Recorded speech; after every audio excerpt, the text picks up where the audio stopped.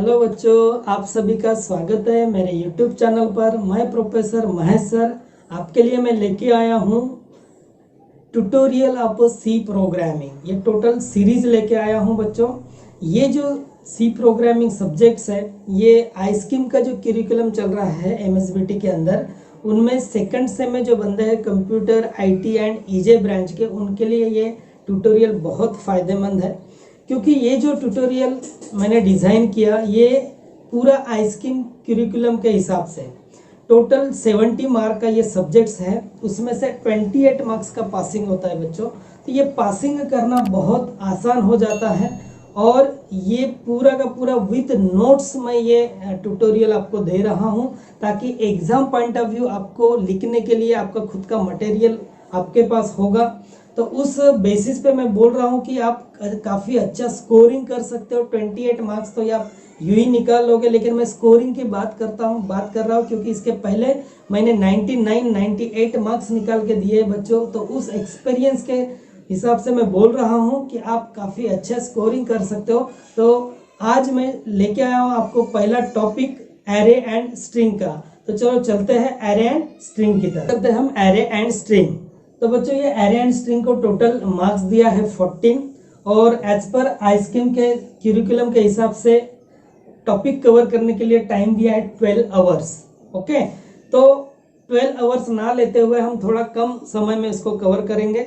और बात करते हैं 14 मार्क्स की। ये बहुत इंपॉर्टेंट है। 14 मार्क्स आपके टोटल 50% का पासिंग का काम कर रहा है ये 14 मार्क्स। क्योंकि आगे और एक चैप्टर देखेंगे 14 मार्क्स का, तो दोनों मिला के 28 मार्क्स स्कोर हो जाएंगे। मीन्स पासिंग, पहले हम पासिंग फिक्स करते हैं, बाद में स्कोर करना सोचते हैं बच्चों। ओके, तो नाउ चलते हैं एरे एंड स्ट्रिंग की तरफ।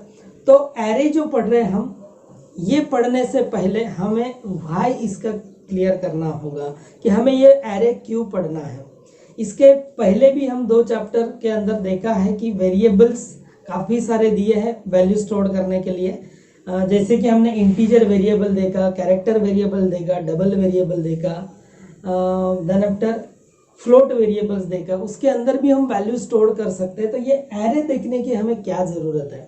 ओके, तो नाउ बच्चों मैं कुछ एग्जांपल देता हूँ। सपोज एक इंटीजर वेरिएबल है, एक्स वेरिएबल है, उसके अंदर हमने 10 वैल्यू डाला है। ओके, तो ये जो वेरिएबल्स है, ये variable is nothing but the name of memory locations, and ये जो 10 है उस लोकेशंस के अंदर हमने वैल्यू स्टोर किया है।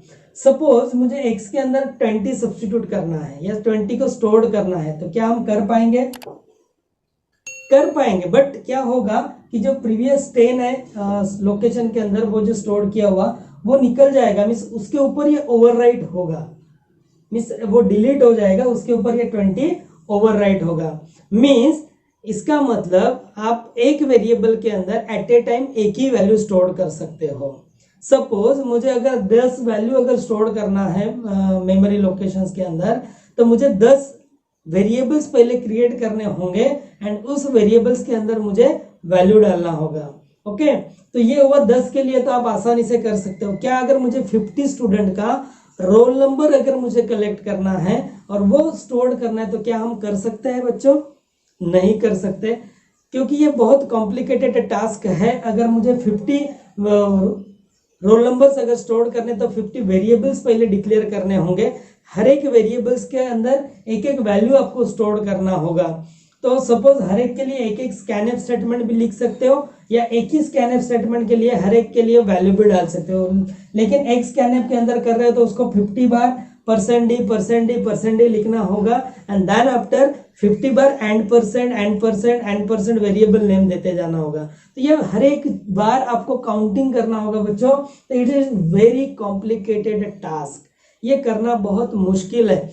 50 के लिए कर भी लोगे, अगर आप काउंटिंग कर रहे हो अच्छा सा तो आप कर भी लोगे, लेकिन 100 के लिए क्या करोगे? 500 के लिए क्या करोगे? तो बच्चों इट्स द वेरी कॉम्प्लिकेटेड, ये नहीं हो सकता, it is a impossible. Okay, तो ये इम्पॉसिबल को पॉसिबल करने के लिए आज हम नया कंसेप्ट देख रहे हैं, that is the array. Okay बच्चों, स्टार्ट करते हैं हम आज का पहला topic, array part 1। Array part 1 में हम काफ़ी सारे कंसेप्ट क्लियर करेंगे। उसमें से पहला टॉपिक मैं क्लियर करने जा रहा हूँ, व्हाट इज एरे। नाउ बच्चों, array is the collection of variables which have the common data type and characteristics. Array is the collection of variables, means काफी सारे variables का collection, उसका अलग definition हो सकता है. Array is the collection of similar data types. एक data type के जितने भी elements हैं उसका collection किया जाएगा. Then after, array is the aggregate data types are derived data types. Array को derived data types भी बोला जाता है क्योंकि इसके पहले जितने भी data types के थ्रू हमने कंसेप्ट देखे, these are the primitive data types, integer, float, character and doubles. These are the primitive data types. उसके आगे का कंसेप्ट हम पढ़ रहे हैं, जो भी उसके लिमिटेशंस थे उसको हम इसके थ्रू ओवरकम कर रहे हैं. Each atom in an array is called as an elements. जो भी हम एरे के अंदर वैल्यू स्टोर करेंगे उस एटम्स को बोला जाता है एलिमेंट्स बोला जाता है, स्पेशल नाम दिया है. In an array only homogeneous data types are stored. Array के अंदर होमोजीनियस मीन्स एक जैसे वैल्यू, अगर इंटीजर डेटा टाइप के हैं तो खाली इंटीजर डेटा टाइप के वैल्यू ही स्टोर कर सकते हैं, अगर फ्लोट के वैल्यू है तो खाली फ्लोट के ही वैल्यू स्टोर कर सकते हैं. मीन्स होमोजीनियस होना चाहिए, एक जैसे डेटा टाइप के वैल्यू स्टोर कर सकते हैं. And important part, all element in an array referred by the name of the array and are stored in the set of consecutive और एडजेसेंट मेमोरी. जो भी हम एरे नेम डिक्लेयर करते हैं वो एक ही एरे नेम से पूरा का पूरा एरे जाना जाता है क्योंकि उस एरे के अंदर base address of locations, base address of memory locations उसके अंदर स्टोर किया जाता है एंड उसके थ्रू पूरा एरे देखा जाता है, उसके एक्सेस किया जाता है. तो ये आगे मैं उसका और डिटेल में बताने वाला हूं. और दूसरी बात, जो भी एरे के अंदर वैल्यू स्टोर किया जाता है वो continuous memory location means adjacent memory location होने चाहिए, एक साथ कंटिन्यूअस मेमोरी फॉर्मेट होना चाहिए. कुछ वैल्यू यहाँ पे, कुछ वैल्यू उधर, कुछ वैल्यू उधर, इस तरह से स्टोर नहीं किया जाता है. एक जैसे एक साथ एक ब्लॉक में उसके वैल्यू स्टोर किए जाते हैं. Okay, that is the adjacent memory slot. Now next is आता है characteristics of array. What is array, ये 2 मार्क्स के लिए पूछा जाता है. डेफिनेशंस, डिफाइन एरे करके एग्जाम में. दूसरा आता है कैरेक्टरिस्टिक्स ऑफ एरे, ये भी 2 मार्क्स के लिए पूछे जाते हैं. N array holds the elements that have the same data type. जो हम एरे के डेफिनेशन में क्लियर किया था वही कंसेप्ट है, बट ये कैरेक्टरिस्टिक्स है उसका, तो ये 2 मार्क्स के लिए पूछा जाता है. An array holds the element that have the same data type. एक ही टाइप्स के वैल्यू वो होल्ड करता है. Array elements are stored in the subsequent memory locations. जो भी हम एरे के वैल्यू स्टोर करते हैं वो कंटिन्यूअस मेमोरी लोकेशन एक साथ वाला ब्लॉक में वो स्टोर करते हैं, एक के बाद एक. 2 dimensional array elements are stored row by row in subsequent memory location. 2 dimensional array में एक साथ पहला रो स्टोर्ड हुआ, उसके नीचे दूसरा, उसके नीचे तीसरा, इस तरह से उसके अंदर डेटा स्टोर किया जाता है. ये स्पेशल टॉपिक है 2 डायमेंशनल एरे, उस समय में ये डिटेल में उसका एक्सप्लेनेशन दूंगा. बट वहां पे रो बाय रो एलिमेंट स्टोर किया जाता है. ऐसा नहीं कि एक रो यहाँ पे, दूसरा रो किधर, तीसरा रो किधर, इस तरह से नहीं. कंटिन्यूअस मेमोरी लोकेशंस के थ्रू वो डेटा स्टोर किया जाता है. Now array name represent the address of starting elements. जो भी ब्लॉक्स रिजर्व होता है मेमोरी लोकेशन, उसका स्टार्टिंग लोकेशन जो है उसका एड्रेस ये एरे नेम के अंदर स्टोर किया जाता है. इसका स्पेशल मैं एक्सप्लेनेशन आगे देने वाला हूँ. Array size should be mention in the declaration. जब भी हम एरे को डिक्लेयर करते हैं उसी समय उसका साइज हमें स्पेसिफाई करना होता है कि कितने वैल्यूज उसके अंदर हमें स्टोर करने हैं. साइज मस्ट बी कांस्टेंट, और वो भी साइज कांस्टेंट वैल्यू के थ्रू ही हमें बताना पड़ता है. उसका फॉर्मेट में आगे बताऊंगा कि वो कहाँ पे वो कांस्टेंट वैल्यू पास करना है ताकि मेरा एरे के अंदर कितने वैल्यू स्टोर करना है ये फिक्स हो जाता है. नाउ यहाँ पे वेरिएबल पास नहीं करना है, वो एक तो कांस्टेंट वैल्यू दे सकते हो या तो कोई एक्सप्रेशंस दे सकते हो, उसके अकॉर्डिंग तो हम उसका साइज फिक्स करते हैं और उसके अंदर वैल्यू स्टोर करते हैं. Now next, types of array. Basically ये डेटा टाइप्स ऑफ एरे में 3 टाइप्स दिए गए हैं, बट आपके क्यूरिकुलम में, आपके सिलेबस में 2 ही टाइप्स हमें एक्सप्लेन करके दिया है. 1 dimensional array and 2 dimensional array. तीसरा जो टाइप्स है वो मल्टी डायमेंशनल एरे है, वो हमें सिलेबस के अंदर नहीं है. ओके बच्चों, चलो दोस्तों देखते हैं पहला 1 डायमेंशनल एरे. तो 1 डायमेंशनल एरे में a dimensional is used for representing the elements of the array.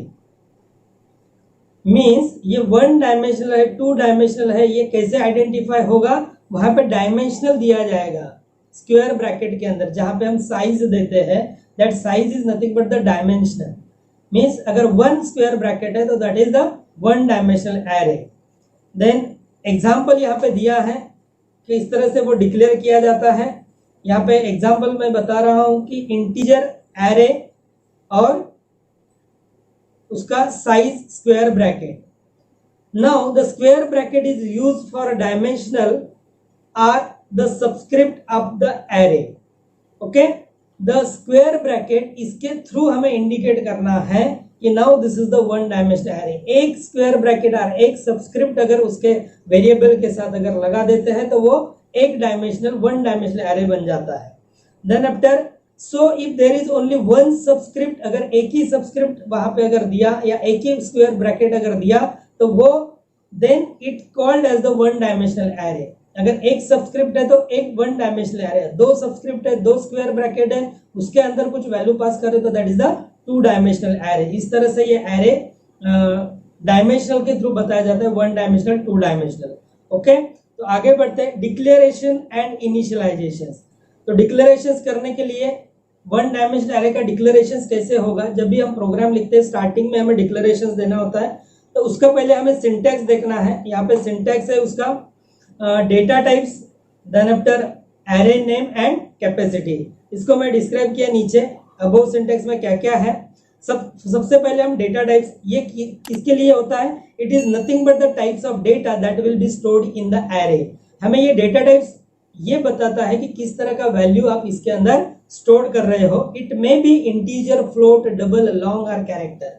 इसके अंदर आप किस तरह का वैल्यू स्टोर करना चाहते हो, ये डेटा टाइप्स के थ्रू होता है.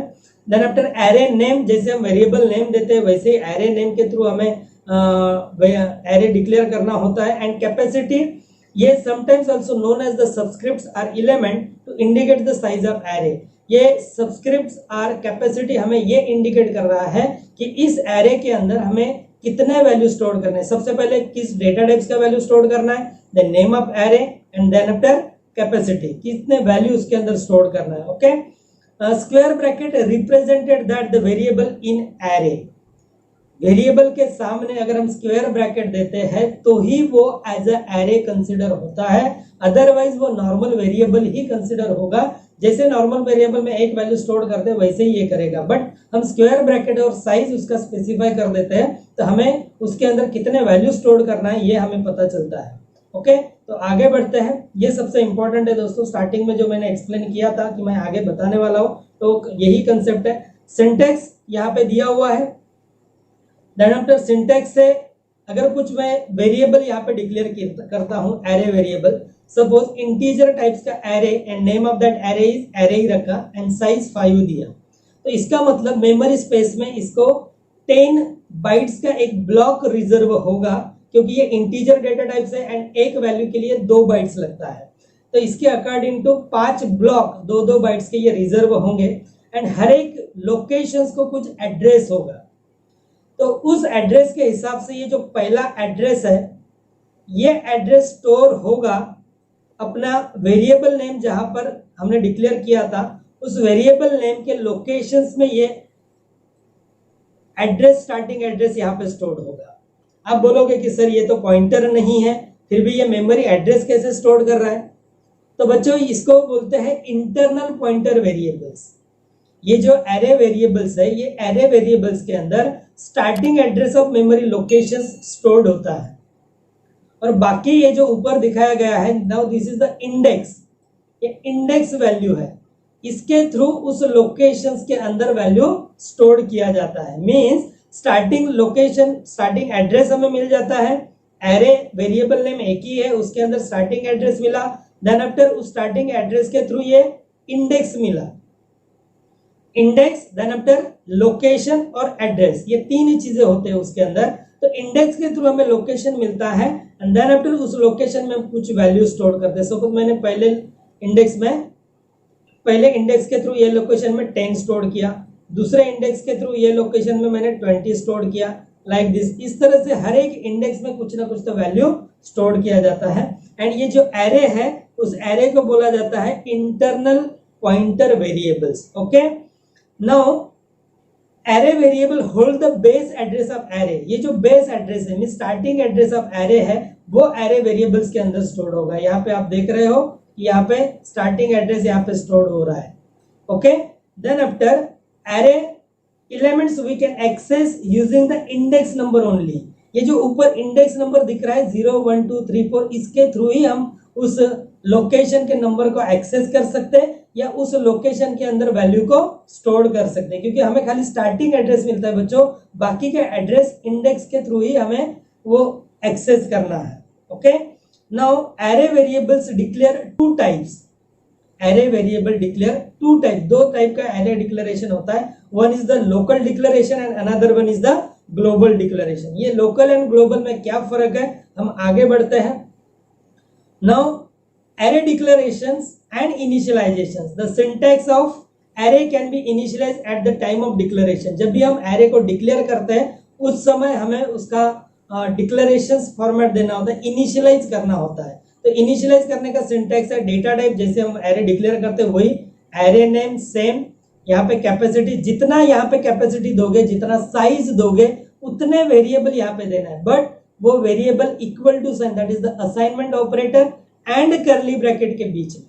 करली ब्रैकेट के बीच में ये पहला वैल्यू, उसको सेपरेट किया कॉमा से, दूसरा वैल्यू कॉमा, तीसरा वैल्यू, ऐसे जितना साइज आपने वहां पे दिया उतने एलिमेंट्स आपको यहाँ पे पास करने हैं, और वो भी जिस डेटा टाइप्स का डिक्लेरेशन किया है उसी डेटा टाइप के वैल्यू यहाँ पे पास करने हैं। Okay, now this is the initialization syntax. Now local declaration, global declaration क्या होता है? Local declaration means that array declare below the main functions. Main functions के अंदर हमें उस वेरिएबल्स को डिक्लेयर करना होता है, या जो भी फंक्शंस आप डिक्लेयर करोगे, आगे चैप्टर है फंक्शन चैप्टर, वहां पर भी देखोगे, फंक्शंस के अंदर जो वेरिएबल को डिक्लेयर किया जाता है उसको लोकल वेरिएबल कहा जाता है। तो अभी ये लोकल एंड ग्लोबल में क्या फर्क है? अगर लोकल वेरिएबल खाली मैं डिक्लेयर कर देता हूं और कोई भी इनिशियलाइज वैल्यू असाइन नहीं करता हूं, तो जो भी मेमोरी लोकेशंस वहां पे रिजर्व होंगे, हर एक लोकेशन में कुछ ना कुछ तो वैल्यू स्टोर हो जाता है, बाय डिफॉल्ट वैल्यू ये स्टोर होता है, एंड उस वैल्यू को बोला जाता है गार्बेज वैल्यू। क्या बोलते हैं दोस्तों? Garbage value. तो ये हर एक लोकेशन में कुछ ना कुछ तो गार्बेज वैल्यू स्टोर्ड हो जाता है। अगर आप डायरेक्टली उसके साथ कुछ एक्सेस करने जाओगे या कुछ ऑपरेशंस परफॉर्म करोगे तो आपका आंसर गलत ही होगा, क्योंकि वहां पे वैल्यू कौन सा स्टोर्ड है ये आपको पता नहीं है। अगर मैं स्टार्टिंग में ही कुछ इनिशियलाइज कर देता हूं, जब वेरिएबल डिक्लेयर किया, साइज 5 दिया और equal to means assignment operator के थ्रू मैंने ये 5 वैल्यू यहाँ पे करली ब्रैकेट के अंदर दिया हूं, 5 10 15 20 एंड 25, हर एक को सेपरेट कर दिया कॉमा से। तो जब ये मेमोरी लोकेशंस क्रिएट होगा, रिजर्व होगा, उस हर एक लोकेशन का कुछ ना कुछ तो एड्रेस होगा, ये एड्रेस, और बाकी का एड्रेस 2 से इंक्रीज होते जाएगा, क्योंकि ये इंटीजर वेरिएबल से एंड इंटीजर को 2 बाइट्स लगता है। एंड ऊपर इंडेक्स 0 1 2 3 4, तो ये पहले 0 इंडेक्स में पहला वैल्यू स्टोर्ड हुआ, उसका एड्रेस, ये जो एड्रेस है वो कहां पे स्टोर्ड होगा? एरे वेरिएबल्स के अंदर स्टोर्ड होगा। देन आफ्टर इंडेक्स जैसे इंक्रीज हुआ उसके अंदर दूसरा वैल्यू स्टोर्ड हुआ, उसका ये मेमोरी लोकेशन है। तीसरे इंडेक्स में तीसरा वैल्यू, उसका मेमोरी लोकेशन, ऐसे करते पूरे के पूरे वैल्यू 4 इंडेक्स तक पांचों के पांचों वैल्यू यहाँ पे मेमोरी लोकेशन में स्टोर्ड हो जाएंगे। ये इनिशियल वैल्यू, इनिशियलाइज किया हुआ वैल्यू है। तीसरा कंसेप्ट यहाँ पे मैं दिया हूं कि अगर इनिशियलाइजेशन में हमने पूरे वैल्यू असाइन नहीं करते तो बाकी का क्या होगा? यस बच्चों, ये तो क्वेश्चन दिमाग में आया होगा ना। अगर मैंने एरे साइज डिक्लेयर किया और पूरे के पूरे वैल्यू असाइन नहीं किया, मैं 2 ही वैल्यू असाइन करता हूं, तो बाकी के जो 3 ब्लॉक है उसका क्या? तो बच्चों उसके अंदर बाय डिफॉल्ट 0 स्टोर्ड हो जाता है, गार्बेज वैल्यू वहां पे स्टोर्ड नहीं होती है। स्टार्टिंग 2 वैल्यू दिया तो पहले लोकेशन में पहला वैल्यू, दूसरे लोकेशन में दूसरा, और बाकी के ये जो 3 लोकेशन है उसके अंदर ये 0 स्टोर कर रहा है। मींस यहाँ पे 2 वैल्यू भी स्टोर करने के बाद बाकी के ऑटोमेटिकली वो 0 ले रहा है। इसका मतलब हम एटलीस्ट एक भी वैल्यू अगर इनिशियलाइज करते हैं एरे के अंदर तो बाकी सभी वैल्यू वो जीरो कंसिडर कर देता है। अगर कुछ भी नहीं करते तो गार्बेज वैल्यू स्टोर करता है। This is the difference. ये तीनों आपके सामने मैंने रखा है लोकल वेरिएबल डिक्लेरेशंस के। नाउ ग्लोबल डिक्लेरेशंस, ये ग्लोबल डिक्लेरेशंस होता है, ये मेमोरी लोकेशंस के ऊपर डिक्लेयर किया जाता है। मेमोरी लोकेशन मींस मेन के ऊपर डिक्लेयर किया जाता है, नॉट मेमोरी लोकेशंस। जो ग्लोबल डिक्लेरेशंस है, global declarations declare about the main functions, main functions के ऊपर डिक्लेयर करते हैं। तो इसमें क्या फर्क हो जाता है, declare array variable outside the function, mean जो भी फंक्शन है उसके ऊपर, नॉट मेन, बाकी की जो भी फंक्शन हम इस्तेमाल करेंगे प्रोग्राम के अंदर उसके ऊपर डिक्लेयर किया जाता है। देन आफ्टर इंटीजर एरे ये डिक्लेयर किया, कोई भी वैल्यू इनिशियलाइज नहीं करता हूं, फिर भी मेमोरी लोकेशन में बाय डिफॉल्ट जीरो स्टोर्ड होता है। This is the main difference between local declaration and global declaration. यहाँ पे by default zero value store कर रहा है और लोकल डिक्लेरेशन में by default garbage value store करता है। ओके दोस्तों, तो इसी के साथ हम आगे बढ़ते हैं कि इसको एक्सेस कैसे किया जाता है। तो एक्सेस करने के लिए हम एक्सेस का पॉइंट जब देखते हैं तो एक्सेसिंग में जो भी वेरिएबल के अंदर स्टोर्ड है उसको एक्सेस किया जाता है, या तो उसके अंदर स्टोर किया जाता है, मींस रीड किया जाता है, कीबोर्ड के थ्रू वैल्यू कोई रीड किया जाता है। अगर मैं एरे के अंदर कुछ वैल्यू स्टोर करना चाहता हूं, सपोज मेरा एरे डिक्लेयर किया है 50 का, तो 50 के मेमोरी ब्लॉक्स के अंदर मुझे कुछ वैल्यू स्टोर करना है हर एक ब्लॉक के अंदर, तो मुझे स्कैनएफ के थ्रू, अगर स्कैनएफ स्टेटमेंट सिंगल अगर मैं इस्तेमाल करता हूं तो 50 स्कैनएफ स्टेटमेंट इस्तेमाल करने पड़ेंगे। हर एक के अंदर स्पेसिफायर देना पड़ेगा, %, and %, first location, like this. तो इसी के साथ हम आगे बढ़ते जाते हैं, बट ये बार बार करना ये पॉसिबल नहीं होता है। तो इसके लिए हम फॉर लूप का इस्तेमाल करके, that is the iteration method, means loop concept का इस्तेमाल करके हम एरे के अंदर कुछ वैल्यू रीड कर सकते हैं, या एरे के अंदर का वैल्यू हम प्रिंट कर सकते हैं। मींस यहाँ पे इटरेशंस हमें इस्तेमाल करने हैं। तो एक डिक्लेरेशंस पार्ट एरे करके दिया है, एरे डिक्लेयर किया है, 5 साइज है, इंटीजर डेटा टाइप का, मींस 5 मेमोरी ब्लॉक्स आपके रिजर्व हो जाएंगे। नाउ फॉर लूप मैं यहाँ पे इस्तेमाल करता हूँ, कहां से शुरू करूंगा, starting initialize starting 0, means the starting address, starting index value of array is always 0, starting index value of array is always 0। तो दैट्स व्हाई फॉर लूप में स्टार्ट करूंगा 0 से, मींस इंडेक्स वैल्यू मेरा कंसीडर होगा।